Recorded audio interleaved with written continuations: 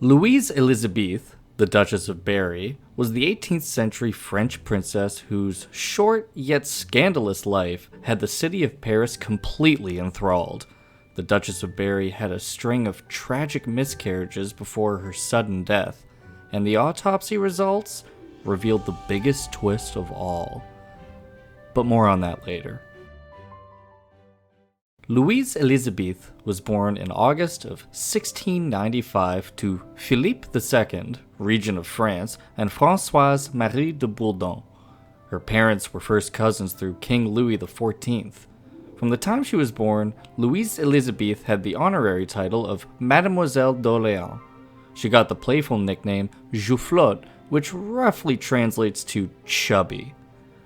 Louise was never the image of perfect health. Even if she was plump as a peach, when she was just 6 years old, she fell terribly ill. The mysterious illness seemed poised to take her life prematurely, but her father nursed her back to health, staying at her bedside all day and all night. Louise's paternal grandmother, Elizabeth Charlotte, saw her resilience in the face of terrible illness. She wrote that Louise had entirely her own way, so that it is not surprising she should be like a headstrong horse. Unfortunately, Louise Élisabeth fell painfully ill once again. At the age of 10, she contracted smallpox, and this time it definitely seemed like she wouldn't make it. In fact, depending on who you ask, she didn't make it at all. The little Louise was presumed dead for 6 hours. Having miraculously survived not one, but 2 close encounters with the Grim Reaper, Louise Élisabeth's parents were eager to get her married before it was too late. They arranged for Louise to wed Charles, Duke of Berry, when she was just 14 years old. The Duke of Berry was 10 years her senior at the time. After her marriage, Louise's first cousin, Marie-Anne de Bourbon, became her lady-in-waiting. Marie-Anne served Louise faithfully for years, but eventually had to resign in protest. The young Duchess was a little too prone to scandal and disaster for her cousin's liking. Louise Élisabeth's hard and fast lifestyle took its toll before long. 1 year into her marriage, Louise became pregnant with her first child. However, before she could celebrate being a mother, tragedy struck. Louise Élisabeth had never been in great health, so a pregnancy was a lot to bear. As she approached full term, her doctors advised her to stay either in Versailles or the Palais Royal. Her husband, however, insisted that she make the voyage to Fontainebleau for the delivery. The arduous trip was rough on the very pregnant Louise, and unfortunately, she delivered a stillborn girl at Fontainebleau. After the fact, the doctors blamed the journey. They claimed that the stress of traveling and the accidents along the way had all been too much for the nearborn child. Louise, however, walked it off like a summer breeze and went right back into her antics. Louise Élisabeth tried to give it another go in 1712, and the following March, she delivered a boy. He was also not so healthy. Not 4 months after she had given birth, the poor infant began convulsing uncontrollably. He passed in June of that year. Louise had her son's heart extracted and taken to a convent in Paris. The rest of him she had buried at a basilica in the Parisian suburbs. This was a religious tradition in France at the time. To her credit, Louise Élisabeth looked after her son's governesses. The attendants were probably more devastated by the loss than she was, and she wanted them compensated. Louise ensured that her son's governesses received their full salaries for life. The Duke of Berry must have been sick and tired of his wife's inability to successfully give him a child. Later that year, he took one of Louise's chambermaids as his mistress. As if that insult wasn't enough, the affair was public knowledge. Louise Élisabeth took the insult to heart. Louise had been carrying on an affair of her own. Well, several of her own, to tell the truth, with a certain Monsieur de Salver. But when her husband took one of her chambermaids as his mistress, she had to upgrade to the mysterious, but no doubt dashing, Monsieur Lahaye. She was going to make the Duke very jealous. Louise practiced more discretion in her extramarital affairs than she did in her excessive partying. She had managed to keep her original affairs relatively quiet, but her affair with Lahaye was about revenge, and she flaunted it. She couldn't have predicted the Duke's chilling reaction. The Duke of Berry was outraged at his wife's new affair. Jealous as he was probably more upset at how brazen she had become. In retaliation, he threatened to have her shipped off to a convent. Louise Élisabeth definitely wouldn't have had a good time at a convent. She wouldn't have been able to party, and then, of course, there was that vow of celibacy.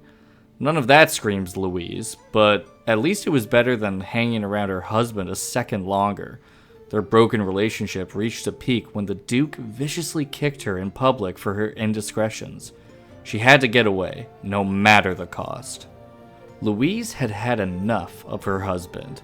He was responsible for the loss of their first child, insulted her honor, and took to physically attacking her in public. Louise developed a secret plan to rid herself of the wretch once and for all. He wasn't going to be sending her anywhere. Louise plotted with her lover, Monsieur Lahaye, to make a daring getaway.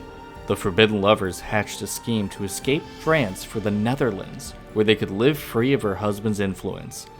Fate, however, had other plans for the Duke of Berry.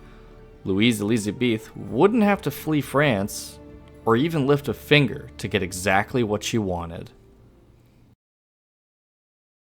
Louise's husband, the Duke of Berry, suffered an accident while on a hunting trip.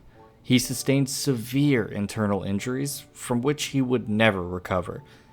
In May of 1714, when the Duke drew his last breath, Louise officially became a Dowager Duchess.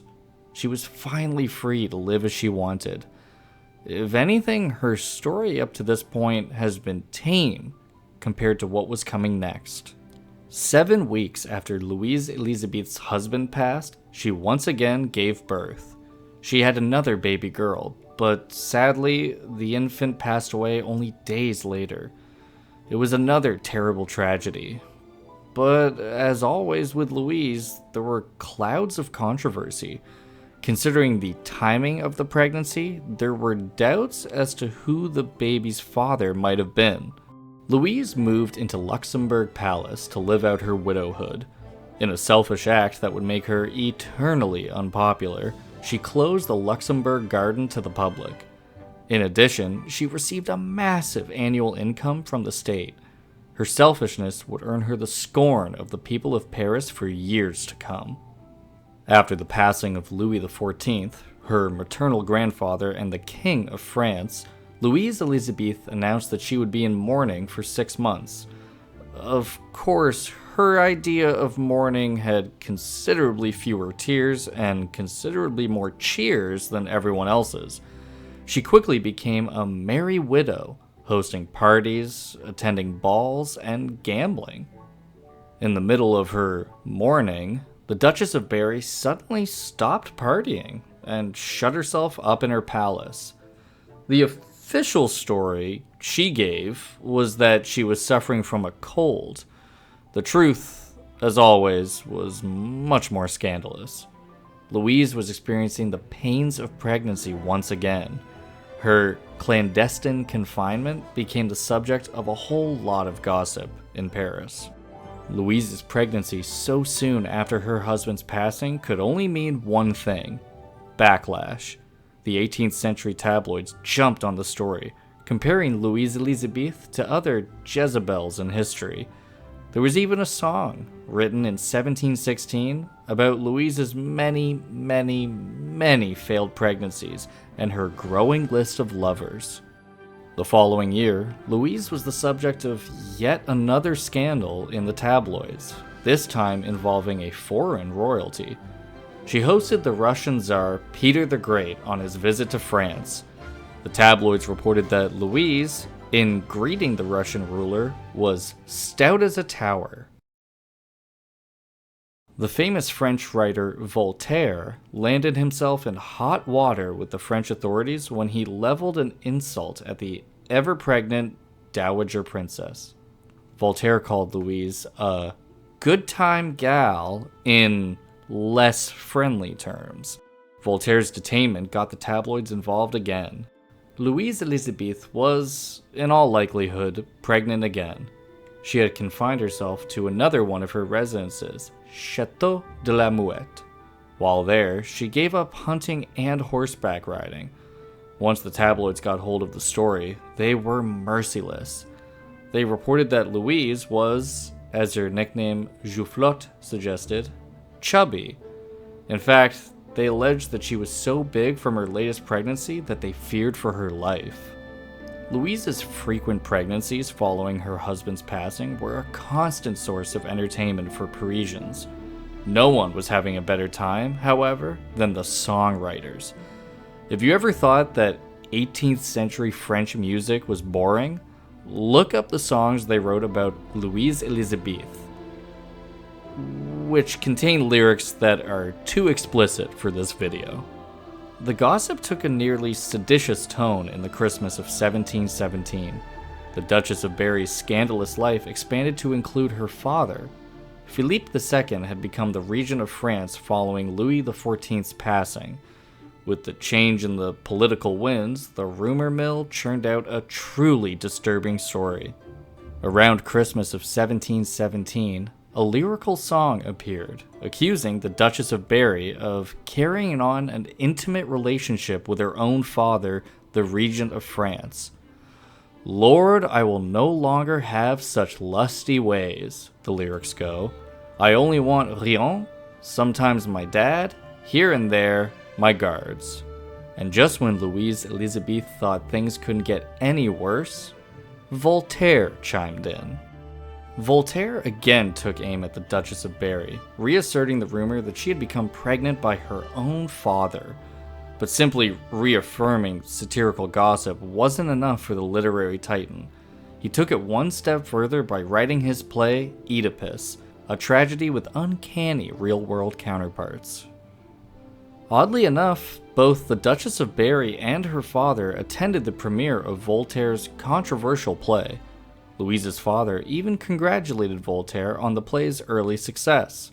Either they didn't see the irony of their attendance, or, more likely, ignored it, hoping that it would go away. Louise Élisabeth's attendance was even more curious than her father's, and, as if to make a joke of herself, she showed up to the premiere of Oedipus pregnant. Her protruding baby belly made her the subject of a few jokes throughout the night and in the tabloids the following morning. About a year later, the Duchess of Berry showed that she hadn't learned anything from her previous experiences.